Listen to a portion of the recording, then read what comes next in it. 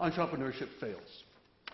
For entrepreneurship, in my definition, is the ability and the temperament to muster resources beyond one's own disposal or control in order to create new economic enterprise.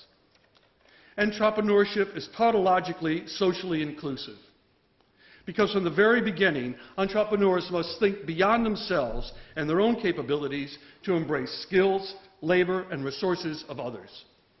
Entrepreneurship without others is simply self-employment. Entrepreneurship musters the skills, talents, and resources of others to create wealth for themselves, to be sure, but they also do so to create wealth for others, not in some real or even cynical altruistic sense, but also because of societal necessity. For without entrepreneurship, we all, entrepreneurs or not, would face declining social inclusion. We live in a multipolar world. It is a world no longer easily characterized by East and West, Occidental and Oriental, North and South, or developed and developing.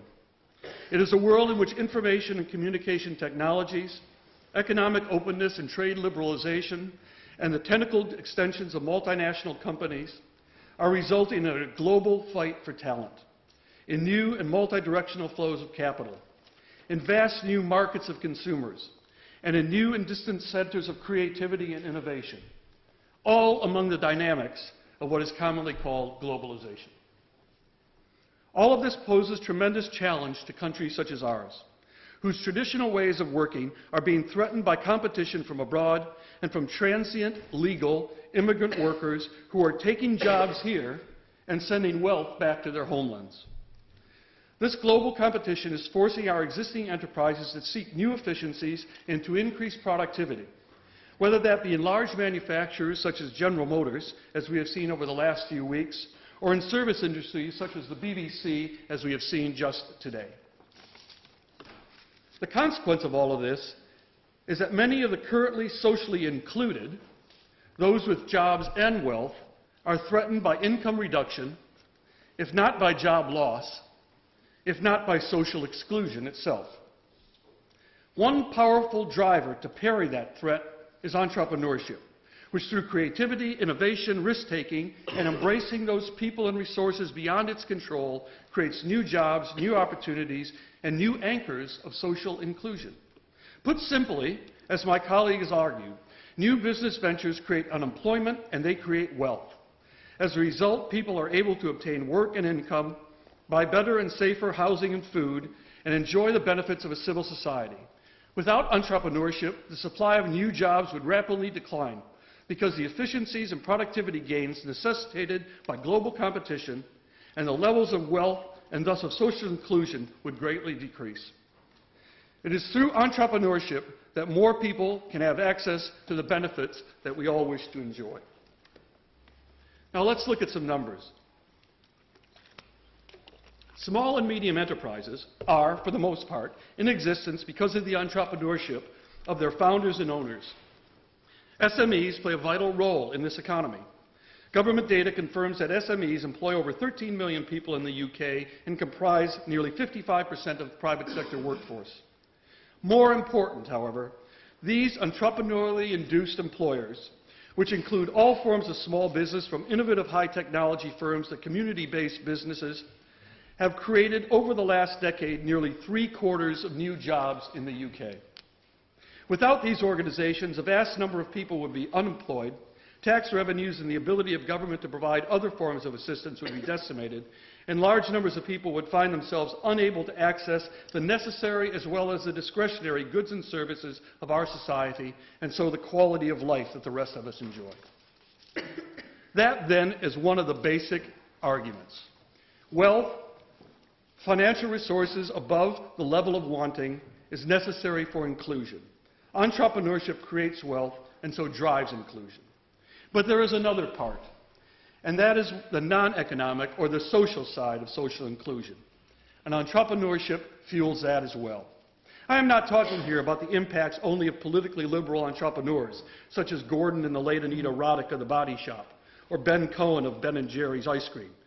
Commercially successful people who extended their reach beyond their companies to aid the socially excluded, whether in the case of these two, the victims of domestic violence, or rehabilitating drug dealers. Nor am I simply tipping my hat to those new enterprises purposely built to provide educational and employment opportunities for those without, such as Hill Holt Wood, founded by Nigel and Karen Lawrence in the depths of Lincolnshire, Jamie Oliver's 15 Restaurant in Cornwall, or the Daily Bread Cooperative founded here in Cambridge by a religious circle of friends specifically to aid those with mental illness. Now, I've learned a trick. You just sit down. I am talking in general about all entrepreneurship, and that is because new economic enterprise is developing within two simultaneous dynamics, which force them to focus on inclusion.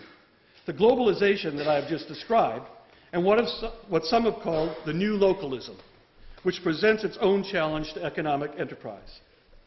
Today, businesses, old and new, are developing within a climate of greater social understanding and more challenging social demand than ever before.